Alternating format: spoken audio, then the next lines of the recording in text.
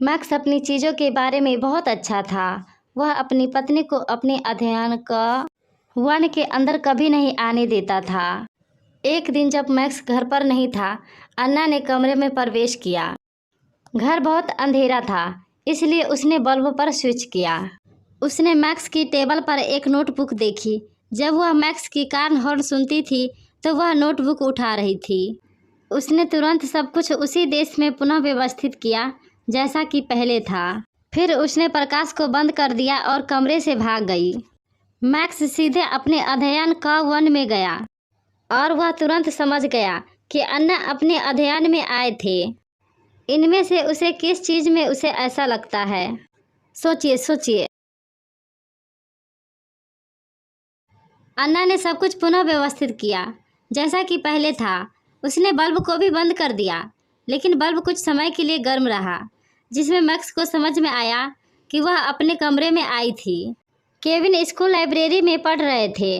देर हो रही थी, इसलिए उसने घर जाने का फैसला किया। रास्ते में उसने किसी को मदद के लिए चिल्लाते हुए सुना। आवाज़ सुनाई दिया, 1 क 2 के अंदर बंद है। केविन ने पूछा, किसने आपको यहाँ बंद कर दिया? रयान, मुझे नहीं पता। मैं कॉफ़ी हाउस में कुछ खाने के लिए गया था, लेकिन कॉफ़ी हाउस बंद था।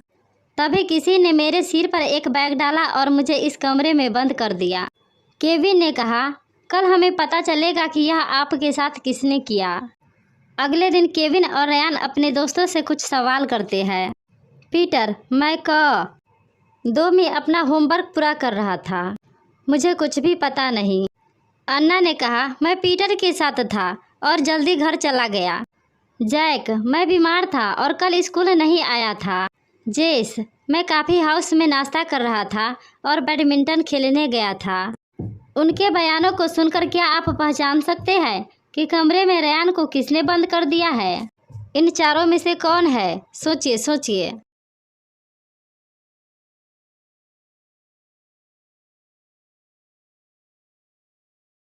जेस ने कहा कि कॉफ़ी हाउस में उसके पास नाश्ता थे, लेकिन कॉफ़ी हाउस बंद था।